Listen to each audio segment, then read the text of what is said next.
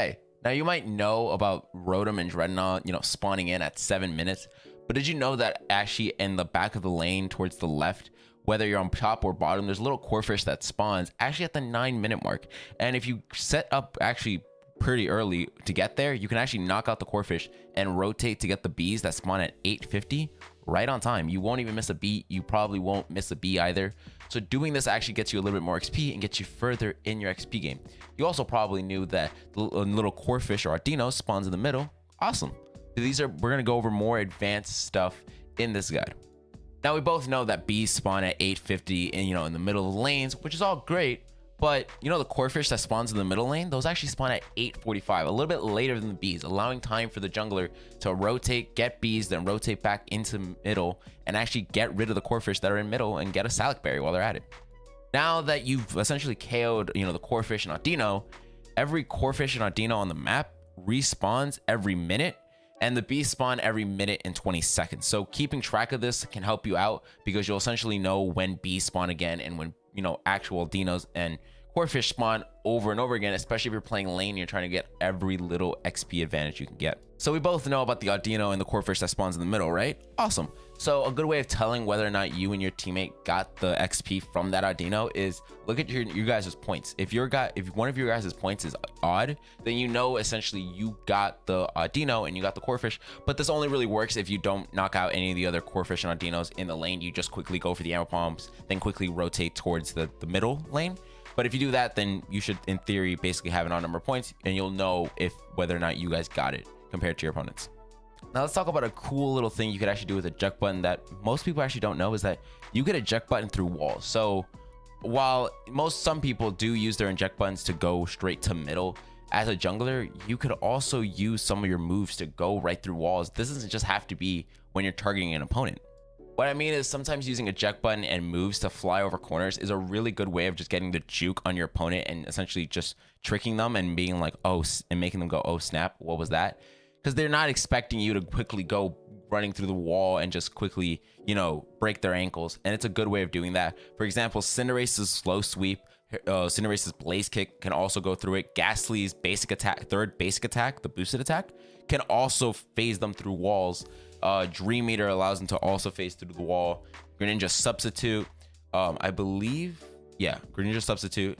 All of Absol's moves except Psycho Cut, I'm pretty sure can go through walls as well. Gardevoir's Teleport can go through walls. Lucario's Quick Attack, E-Speed can also go through walls. Sadly, Bone Rush doesn't.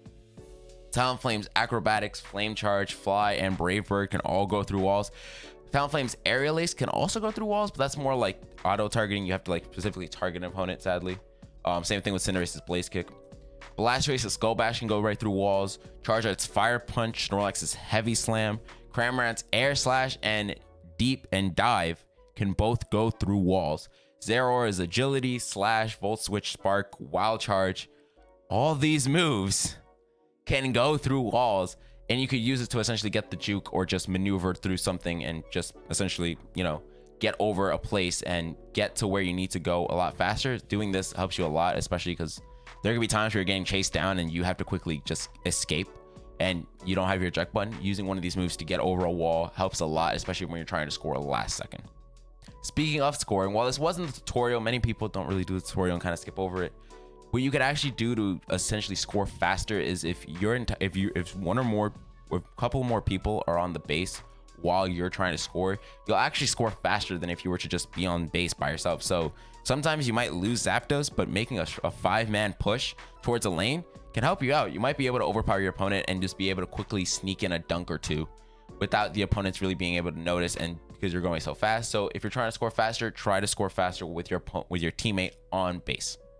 Now, speaking about base, you can actually heal faster while in the base. I made a whole YouTube short about it, but if you missed it, it's all good. We're here to talk about it. So essentially, if you want to heal faster, what you want to do is be on base, and the base already heals you, every couple of seconds it heals you. But what you want to do is actually go out of base, rotate back into base to kind of keep a little bit of momentum, and you'll be able to constantly trigger the healing because the base is acting as if you're entering it for the first time. And while it might seem like you're basically healing at the same time for for the first few seconds, for the first few prones of heals, let's say like the first 400 healing, if you're on the first base, let's say, The reality is that if you keep doing it, let's say you're low and you're just not a berry and you keep doing this, you're going to heal eventually faster, several times faster than if you were to just sit there on base. So try this out. Go use the little outer ring to actually use it as an indicator of knowing, hey, this is how far I got to get out of base to then go back in. Use that, get out, rotate back in, and go back into it. And you'll be able to essentially rotate in a couple times and heal faster. Now, you might have advanced controls on. If you don't, turn them on in the settings.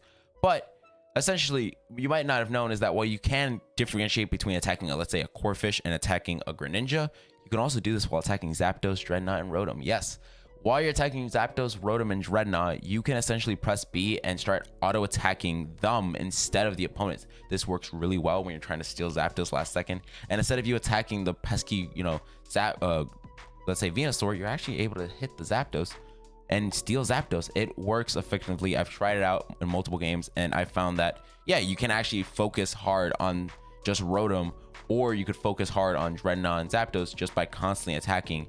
And you opting to press B because these Pokemon are counted as wild Pokemon compared to the opponents.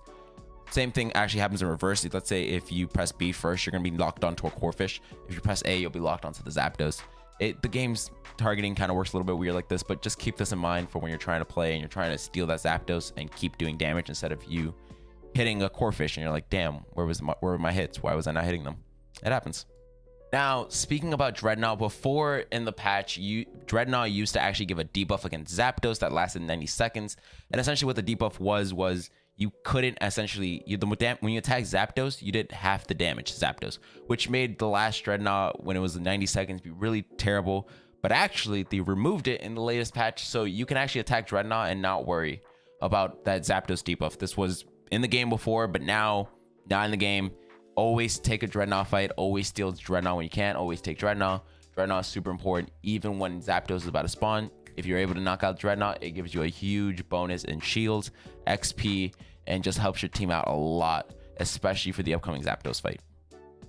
That's pretty much all the advanced stuff I was able to find in the game at the moment. If there's something I missed, please make sure to leave a comment down below or at me on Twitter. I would love to hear and see something I actually missed and know more about the game.